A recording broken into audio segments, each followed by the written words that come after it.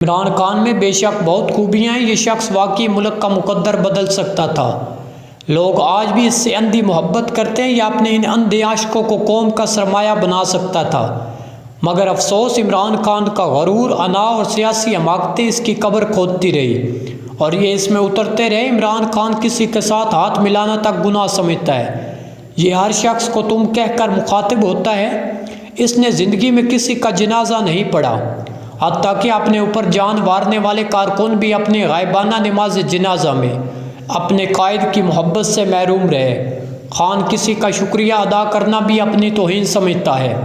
یہ 12 مئی کو اسلام آباد ہائی کورٹ سے نہیں نکل رہا تھا۔ اس کا خیال تھا اسے گرفتار کر لیا جائے گا۔ جج حضرات نے حال پوچھا تو ہمارے لیڈر نے کہا، آپ آئی جی اسلام آباد کو حکم دیں یہ مجھے باحفاظت لاہور پہنچا کر آئیں۔ جج صاحب نے آئی جی کو حکم دے دیا۔ آئی جی نے 6 سرکاری گاڑیاں بھی ساتھ کر دی۔ عمران خان کی ایک سائیڈ پر ڈی آئی جی اور دوسری سائیڈ پر ایس ایس پی بٹھا دیا گیا۔ عمران خان زمان پارک پہنچا، گاڑی رکی، یہ دوڑ کر اندر چلا گیا۔ اس کو ان افسروں کا شکریہ تک ادا کرنے کی توفیق نہ ہوئی جو اپنی جان داؤ پر لگا کر اسے گھر پہنچانے آئے تھے۔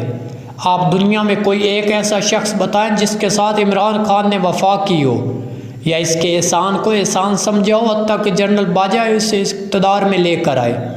ہمارے خان نے ان کے ساتھ کیا کیا؟ وہ علیم خان اور جہانگیر ترین جنہوں نے اپنا سب کچھ اس پر وار دیا تھا، ان کا انجام کیا ہوا؟ اور وہ ملک جس نے عمران خان کو وزیر اعظم بنایا تھا، عمران خان اور اس کے ساتھیوں نے 9 مئی کو اس کے ساتھ کیا کیا؟ بہرحال یہ دنیا ایک عبرت قدہ ہے اور تاریخ ایک قبرستان۔ اس قبرستان، اس عبرت قدہ میں خدا کے لہجے میں بات کرنے والے ہر شخص کا یہی انجام ہوتا ہے اور یہ بس خبر بن کر رہ جاتا ہے۔